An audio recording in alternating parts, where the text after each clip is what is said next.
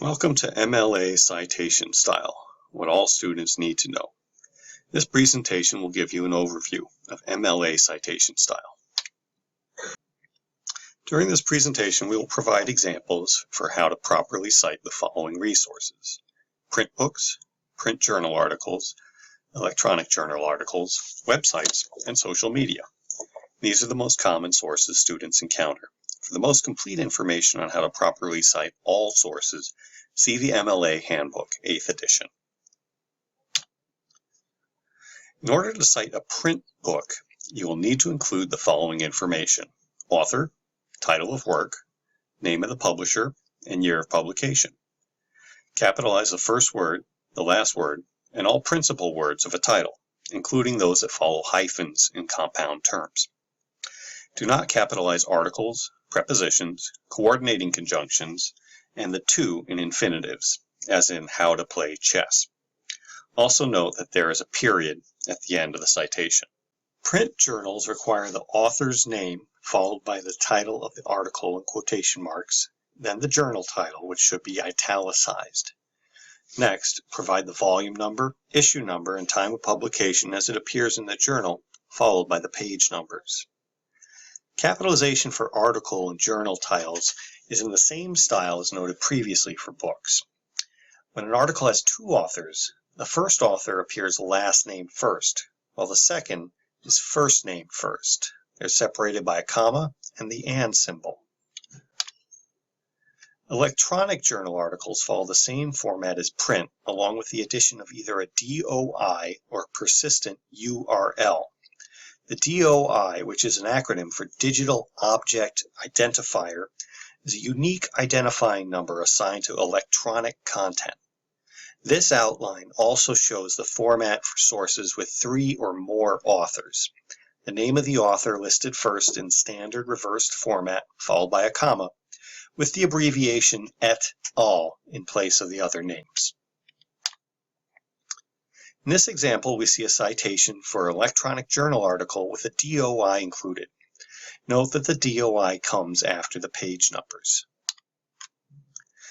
The image on the left shows where the DOI is located in the article record in the database.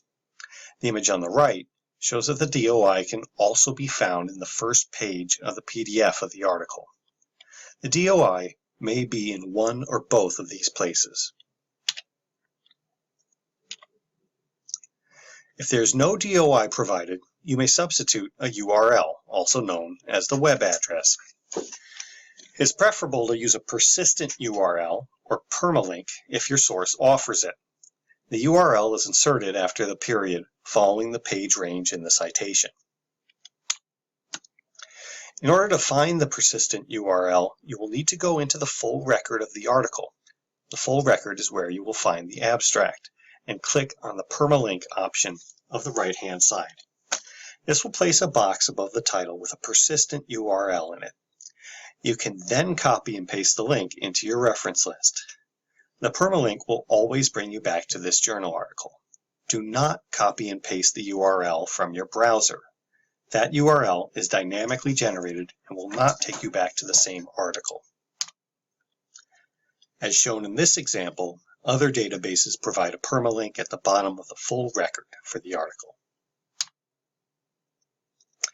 In order to cite a website, you need to include the author's name, which could be the name of an individual or an organization, the title of the posting or article if appropriate, the title of the web page, which should be italicized, the date of the publication, meaning the year and any additional information provided, and the URL for the web page.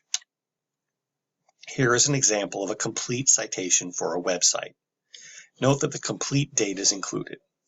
If you only have a year and month or just a year, that is acceptable as well.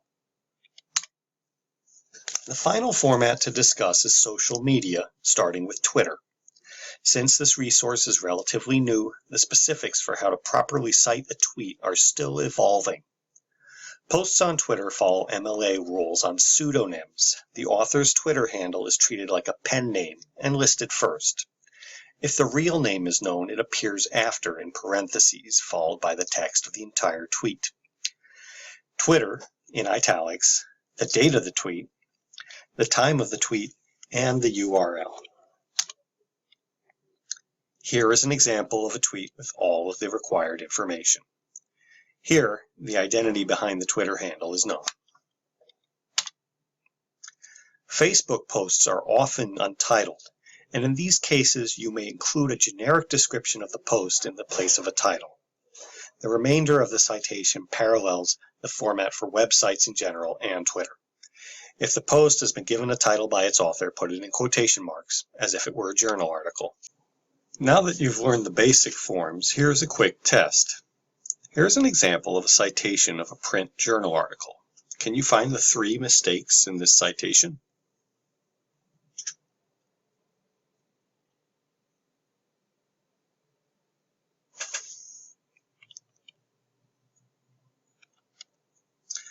Mistake number 1.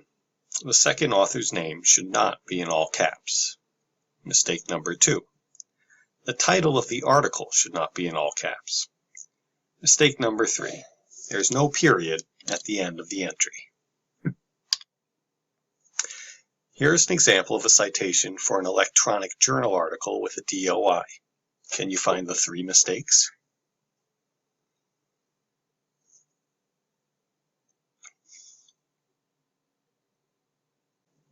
Mistake number 1. Everything past the first line should be indented, which they are not in this example. Mistake number 2. The words problem, sex, and trafficking in the title of the article should be capitalized. Mistake number 3. The abbreviation PP for pages is missing.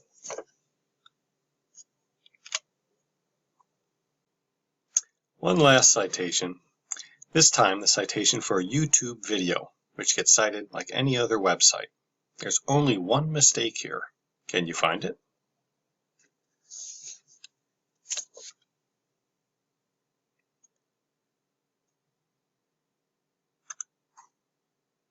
MLA 8th edition does not require a date the website was accessed. The date retrieved should have been left out of this citation. Creating a reference list is only one part of the MLA citation style. In-text parenthetical documentation is the other part. In-text parenthetical citations point your readers to the sources in your reference list and prove that you consulted scholarly materials to support your research. The examples on this page show the proper citation formats for both direct quotations and indirect quotation or paraphrasing. When using a direct quote in your text, you need to provide the author's name and the page number of the quote. Note that websites and HTML formatted articles from databases usually do not include accurate page numbers.